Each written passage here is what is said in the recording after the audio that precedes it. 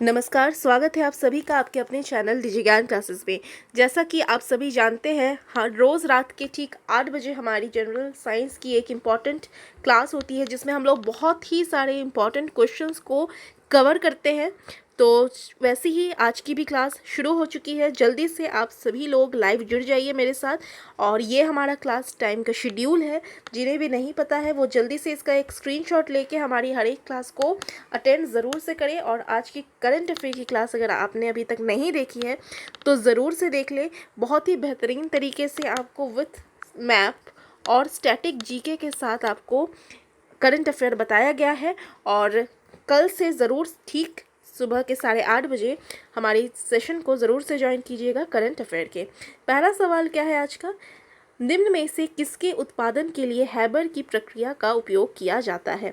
तो आपको बताना है Haber's process is used for the production of which of the following. तो कमेंट जल्दी से कीजिए कि कौन सा ऑप्शन आपको लगता है कि सही होगा। ऑप्शंस जो है वो है ammonia, hydrogen chloride, lead oxide या फिर नाइट्रिक एसिड। तो सही उत्तर क्या होगा कमेंट जल्दी से कीजिए। और जिन्होंने भी अभी तक इस वीडियो को अपने दोस्तों में, अपने ग्रुप्स में शेयर नहीं किया है वो ज़रूर से शेयर कर दें, क्योंकि हमारी जो सेशन है वो बहुत ही अच्छी और धमाकेदार होने वाली है। तो कमेंट आपका जैसे कि आ रहा होगा, सही उत्तर इसका है ऑप्शन नंबर फर्स्ट, यानी कि अमोनिया। याद रखिएगा, हैबर का प्रोसेस अमोनिया के प्रोडक्शन के लिए इम्पॉर्टेंट है। अब चलते हैं इसके कुछ एक्स्ट्रा फैक्ट्स के तरफ, क्योंकि कोई भी क्वेश्चन सिर्फ आंसर बताने से कंप्लीट नहीं होता है। तो एक्स्ट्रा फैक्ट्स इसके क्या हो सकते हैं? अमोनिया का फॉर्मूला सबसे पहले कमेंट कीजिए जल्दी से, क्या आपको पता है अमोनिया का फॉर्मूला? तो NH3 होता है इसका फॉर्मूला। और ये प्रोसेस होता क्या है, हैबर प्रोसेस होता क्या है? ये एक तरह का ऐसा प्रोसेस होता है जिसमें अमोनिया प्रोड्यूस किया जाता है। किससे? नाइट्रोजन और हाइड्रोजन से। याद रहेगा, बहुत ही इंपॉर्टेंट क्वेश्चन ये था। अब कुछ और चीज़ें जान लेते हैं। ये किनके नाम पे ये हैबर प्रोसेस का नाम दिया गया था? तो वो जो साइंटिस्ट थे उनका नाम क्या था? कॉपी में जल्दी से नोट डाउन कर लीजिए। उन साइंटिस्ट का नाम था फ्रिट्ज हैबर, और साथ में एक और साइंटिस्ट थे उनका नाम था कार्ल बॉश। तो ये भी पूछा जाता है कभी कभी आपको, हैबर प्रोसेस के जगह पे बॉश प्रोसेस भी दिया जाएगा, तो आप आंसर फिर भी अमोनिया ही टिक करेंगे। अब चलते हैं दूसरे सवाल की तरफ। ये सवाल यहाँ पे ख़त्म हो जाता है। और जो भी कमेंट में जुड़े हैं वो जल्दी से, जिन्हें भी पता होगा वो यूज़ बता दीजिए मुझे, अमोनिया के यूजेस क्या होते हैं। अब चलते हैं दूसरे सवाल की तरफ। यूरेनियम किस धातु में बदल जाता है जब वो अपनी सभी रेडियो धर्मिता खो देता है? Uranium turns into which metal when it loses all it's radio activity. तो ये एक स्टार मार्क क्वेश्चन है, बहुत ही इम्पॉर्टेंट है। और ये क्वेश्चन आपके रेलवे में पूछा गया सवाल है, साथ ही में ये एक CHSL में पूछा हुआ भी सवाल है। तो जल्दी से बताइए ऑप्शन से बिस्मथ, लेड, एंटीमोनी या फिर बोरोन। तो जैसा कि आपको सारे ऑप्शंस दिख रहे हैं, कौन सा ऑप्शन आपको सही लगता है? और जिन्होंने अभी तक इस सेशन को लाइक नहीं किया है जल्दी से इस स्टार मार्क क्वेश्चन को देख के लाइक कर दें और कमेंट करते रहिए आप। इसका सही उत्तर क्या होगा? तो ऑप्शन सेकंड होगा, यानी कि लेड। बहुत ही इंपॉर्टेंट क्वेश्चन है। अब ये लेड कैसे हुआ ये याद रखिएगा। सबसे पहले तो मैं आपको इन सभी के एटॉमिक नंबर बता देती हूँ, क्योंकि एटॉमिक नंबर बहुत ही ज़्यादा इंपॉर्टेंट है और मैं हर एक क्लास में एटॉमिक नंबर तो ज़रूर ही आपको बताती हूँ। लेड का कितना होता है फटाफट से कमेंट कीजिए। 82 होता है लेड का। बिस्मथ का होता है 83, एंटीमोनी का होता है 51 और बोरोन का आप सभी को ज़रूर से पता होगा। जिन्हें भी पता है वो कमेंट सेक्शन में बता दीजिए, बहुत ही ईजी है। अब जान लेते हैं कि यूरेनियम कैसे चेंज होता है लेड में। तो यूरेनियम 238 का जो आधा जीवन होता है वो क्या होता है? 4.5 अरब वर्ष का होता है। बहुत ही ध्यान से सुनिएगा। ये सबसे पहले तो मैं आपको लिख देती हूँ। सबसे पहले तो ये बहुत सारी केमिकल प्रोसेसेस होती है इसमें, एक मैं आपको शॉर्ट में बता रही हूँ। सबसे पहले तो ये रेडियम में बदलता है, ठीक है। सबसे पहले तो ये रेडियम में चेंज होता है, फिर ये रेडॉन में बदलता है, माने ये डिके हो जाता है, फिर ये पोलोनियम में बदलता है और अंत में ये डिके माने कि इसका क्षय होकर ये क्या, एक स्टेबल न्यूक्लिड में बदल जाता है जो कि लेड होता है। याद रखिएगा। तो इसीलिए इसका सही उत्तर जो है वो लेड ही होगा। अब चलते हैं तीसरे सवाल की तरफ। रोडोप्सिन मानव शरीर के किस भाग में पाया जाता है? Rhodopsin is found in which part of human body? Options क्या है? तो है कान, बाल, आँख या नाखून। और जैसा कि मैंने आपको कहा कि इस वीडियो को ज़रूर से अपने दोस्तों में शेयर करें और इस आंसर को फटाक से आप जल्दी से कमेंट सेक्शन में बता दीजिए। Option number first, second, third या फोर्थ सही आंसर होगा। तो इसका जो सही उत्तर है, मैं आपके कमेंट्स भी देख रही हूँ, आप कमेंट करते जाइए, इससे आपको सारे आंसर्स याद होते रहेंगे। और इसका सही उत्तर ऑप्शन नंबर थर्ड है, यानी कि आई में ही रोडोप्सिन पाया जाता है। अब आँख में 3 तरह के सेल्स पाए जाते हैं। क्या आपको पता है वो तीनों तरह के सेल्स के नाम क्या क्या है? नहीं पता है? अगर पता है तो कमेंट कीजिए, नहीं पता है तो कॉपी निकाल के नोट डाउन ज़रूर कर लीजिए। रॉड सेल, कोन सेल और ganglion cell. Rod cell, cone cell और गैंग्लियन सेल। अब रॉड सेल किस चीज़ को देखने में मदद करता है? ब्लैक एंड वाइट को देखने में ज़्यादा ये हमें मदद करता है, यानी कि अंधेरे में। कोन सेल हमें कलर्स देखने में मदद करते हैं। और गैंग्लियन सेल जो है, गैंग्लियन सेल क्या करता है?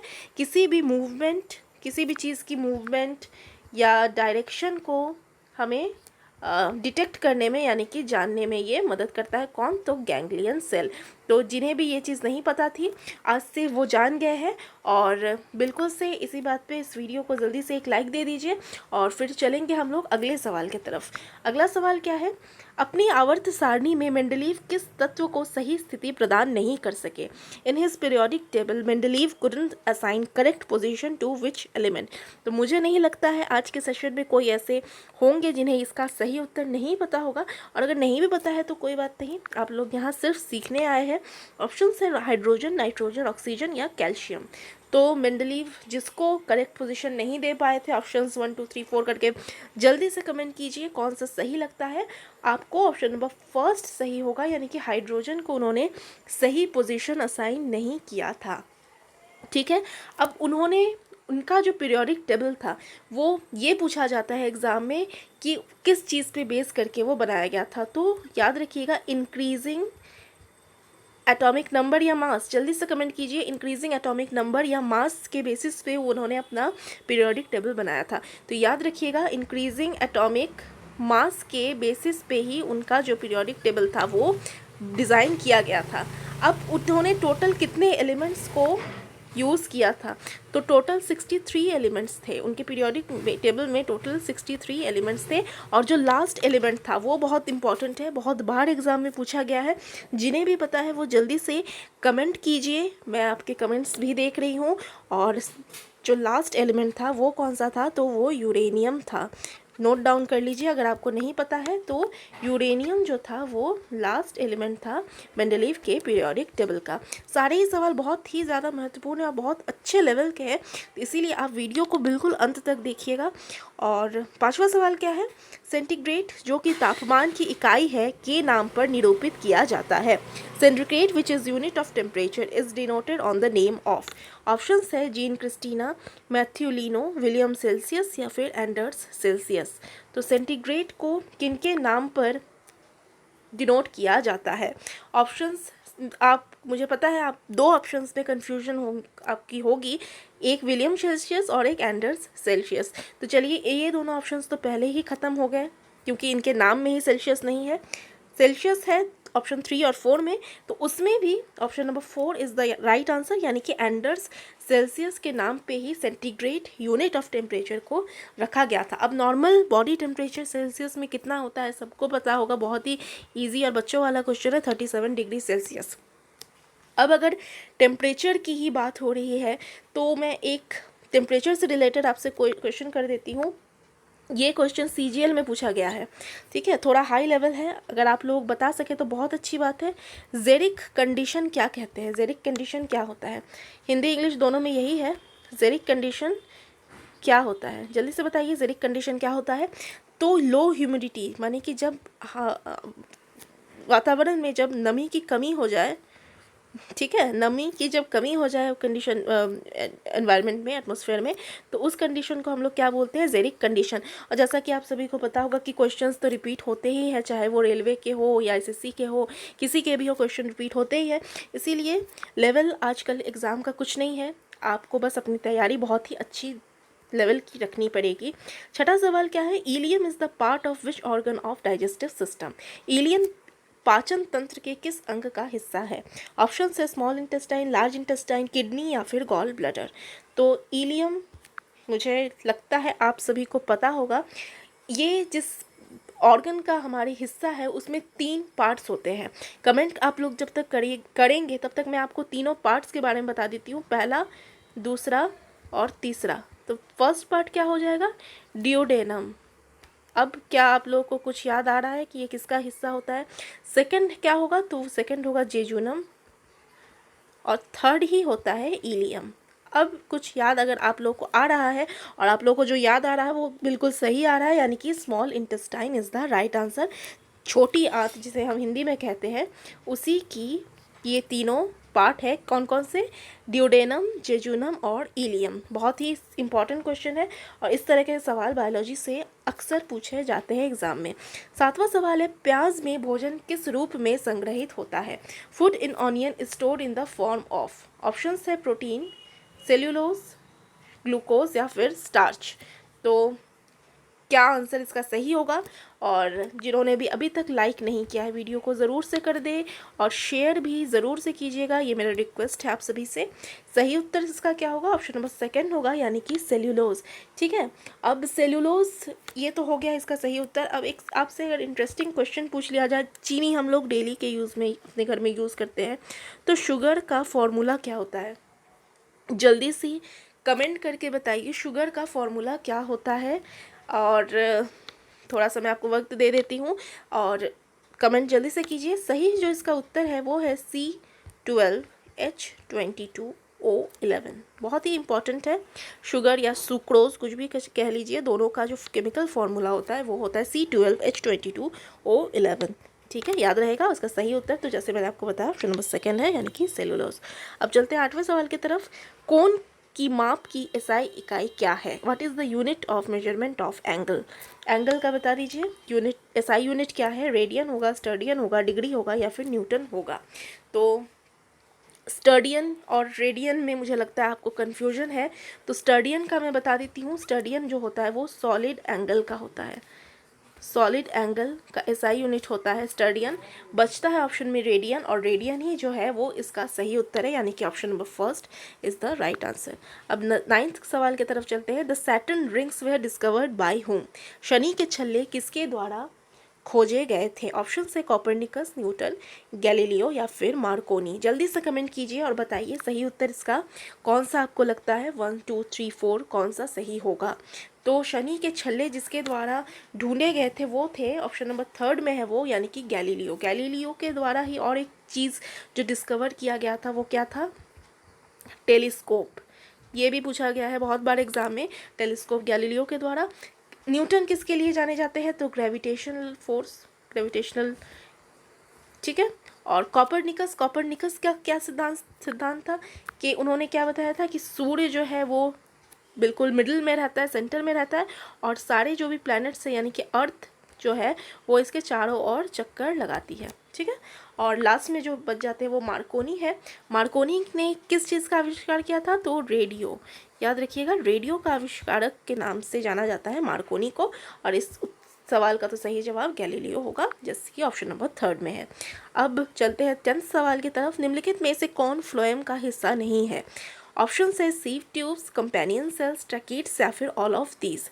तो जल्दी से कमेंट कीजिए, कमेंट करके बताइए। जो भी लाइव जुड़े हैं जल्दी से सभी अपने कमेंट्स बता दीजिए आंसर कौन सा सही होगा।